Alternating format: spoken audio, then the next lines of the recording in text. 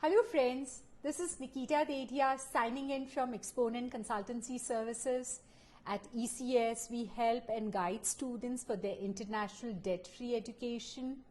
ECS guides students across all fields: engineering, math, biotechnology, pharmacy, math, management, and so much more, and across all levels of bachelor's, master's, PhD, and postdoc. Today, in the series of ECS STEM series with stalwarts, I take great pride in introducing a phenomena, a rocket and a missile scientist who began his journey from starting of a bachelor's with electrical engineering and today is known as the rocket and missile scientist, a person who has been an integral force in doing a lot of the big things, of the things that we see in the world. Let's understand from the horse's mouth, Mr. Mahendra Maru, of what he has to say. So let us understand his journey. Mr. Maru, thank you very much for coming on this series of ECS STEM series with stalwarts. We warmly invite you. Thank you. You're welcome. And we would like to know as to so many years back, when there were not so much information or knowledge, why did you think of doing a bachelor's in electrical engineering? What was your thought process behind it? I always wanted to go in engineering after high school in India, and electrical engineering was the field that I chose because electrical machineries, motors, transformers, generators, all that used to excite me. I wanted to know how they work. And so that's why I pursued electrical engineering at that time. So this is very interesting to understand that as a very young boy coming from Osmania University, he made his own research to think about what he wanted to begin with. And as we see from your very remarkable and illustrious resume, that you have had a very deep, insightful experience in various big companies that are the big companies of the world. To name a few, from Northern Telecom to Singerlink, Lockheed and Martin, United Launch Alliance, which is a conglomerate of so many different companies. So can you share with us the journeys, the milestones of your journey in this particular field? Sure. So I came to USA to do my master's, and after doing my master's, I joined the company called Northern Telecom, which they used to make private electronic telephone exchange, branch exchange, and that was that was communication field, which was which fit into my master's background. From there, I wanted to go into a design field in electronics design. So I joined called Singerlink. That's where we made a space shuttle simulators. Wow. So yes, and our portion of the simulator was the visual. Of course, at that time, technology, I felt like this was all cartoons, but that was the beginning. That was the beginning. So we give an example. When the astronauts sitting in the shuttle and they are carrying cargo in their bay, they want to see what's going on. And so there was a CCTV camera and they can see. But the astronaut had to get trained. So they get trained, they use our simulators. And then computer-generated imagery is displayed to them, and then they would know how to manipulate certain things. So that was exciting. That was exciting. And also, we used to make aeroplane simulators like B-52. I was involved in that too.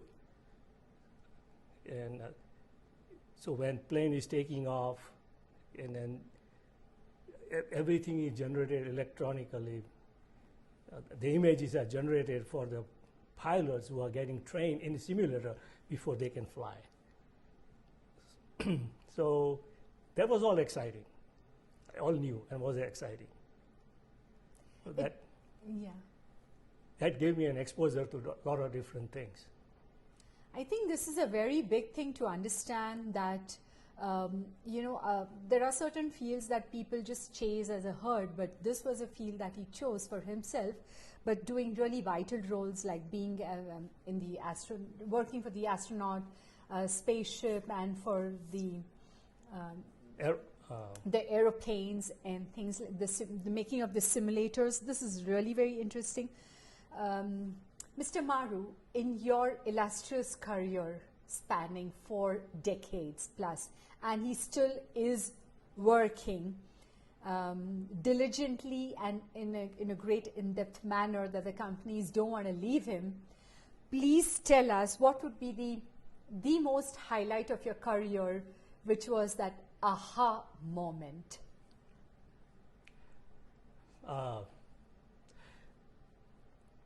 More recently, I guess there are several things. The most aha moment was when I designed what we call a test equipment, which tests part of a satellite. That's the satellite that went to Mars and is still orbiting. So I feel proud that I did, I contributed something to, towards that you cannot launch and send the satellite there before you test it on the ground. And that's one of the avionics suite, because there are several avionics suites, or boxes, what we know as the black boxes, that they are part of the satellite, that they had to be tested and proven. And so my equipment tested it, and when it was a successful test, then it gets integrated into the satellite or installed into the satellite before you send it. So that was really a proud aha moment. I say, whoa, look at that. I did something and now it's at the Mars. It's definitely an aha moment also for us. And what do you, from your very mature eyes, that you can give an advice to our students, to the viewers, or to the younger faculty? What's that piece of advice that you would like to share? The main advice is, what's your passion? Nowadays, as you know, that we hear that especially in the USA, most of the people come here, it's IT.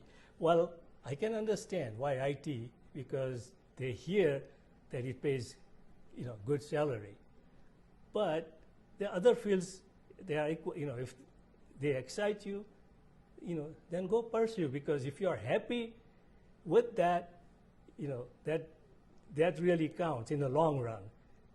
Sure, initially you're going to feel that, oh, I'm making good money here, but in other fields you eventually, not only you will make money, but you will also be happy for what you are doing. And when you end up contributing, towards that, in my example, where something went to Mars, and I'm proud of it, that, hey, this is something I tested, and right now it's circling Mars as we speak.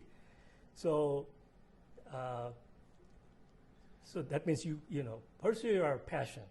Pursue your passion. That's my biggest advice. I think it's really nice what he said. Just like Usain Bolt practiced many years, and then he gave his best shot for those 9 seconds. Here is this stalwart who has worked so hard in the field and developing so many grounds that today he was the pioneer, or one of the pioneer, in being onto that test vehicle that went on to Mars. So a big round of applause to Mr. Maru. And I would like to tell our viewers that in today's times, there are so many new options that have come up which are closer to, as he says, your passion. There is green electronics, there is molecular and organic electronics, there's nanoelectronics, power engineering, electronics and data engineering. Friends, you think of it and there is a subject that could be an entire master's or a PhD program, or systems engineering. Use this as a tool for you to be successful ahead. And this is exactly what ECS is doing. For more questions, write into us at queries@exponentconsultants.com. I repeat, queries@exponentconsultants.com. There's an entire team of people. Your reply would be given in 1 working day. And make sure, let this the vehicle of education be the founding stone for your bright and successful future. Thank you, and thank you very much, Mr. Mahendra Maru. It was a pleasure interacting with you on a professional level too. Thank you. It was a pleasure. Yes. Talking to you.